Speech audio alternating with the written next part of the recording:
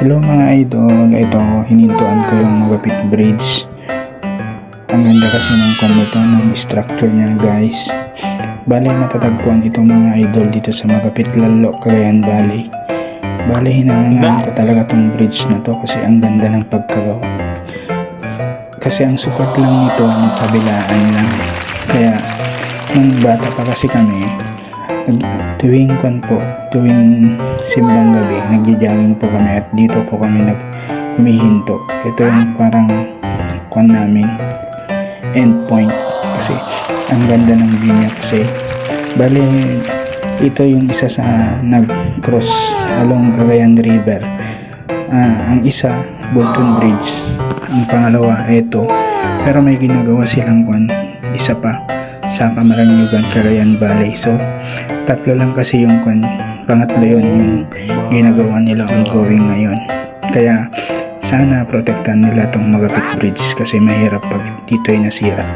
Kaya dapat lang naalagaan to mga idol. Yan idol, pauwi na kasi kami ni Mrs. niyan. Naglakwatsa po kasi kami. Joke, namili lang po. Yan. Bale, ang bigat nito kinakarry ng mga cable. Yung cable po. Kaya tinawag na suspension bridge yan po. Yung parang letter A, yan yung support niya. Kaya yan. Tignan nyo guys, cable lang po yung bumabatak sa kanya. O yan idol. Yung parang letter A, yan yung support niya lang. Parang nagsiswing lang siya kaya pag may mga dumadaan na sasakyan dyan, umaalog-alog lang siya. Kaya parang kung alam nyo yung durian, parang ganun. Pero matibay yan, mas matanda pa yan kaysa sa akin. Kaya nga dapat lang talaga na i-preserve talaga yan. Yan mga idol yung pinabili namin. Actually nakauwi na rin kami, salamat sa Diyos at ligtas kaming nakauwi ni Mrs. Thank you na naman kasi ligtas kaming nakauwi. Hello guys, magandang hapon sa inyong lahat. Ito guys, dyan si Mrs. pasilip-silip. Yan, binubuhat niya kasi yung pinabili namin. Magkape tayo guys kasi sobrang lamig. Kasi umuulan kasi guys, kaya yun, nagkape kami kaagad ni Mrs. kasi ang lamig, parang katulad ng December.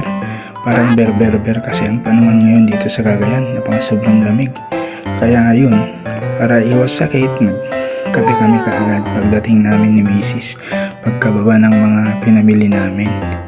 Kaya yan, tapos bumili din kami ng mga gemons, yung kinakain nating tinapay guys. Masarap kasing isaw-saw yan sa kape. Kaya yan, favorite din kasi ng biyanan kong babae yan, yung manggemos. Halos yan yung pinabibili niya sa amin araw-araw or pag tumalabas kami. Bye bye mga idol, thank you for watching.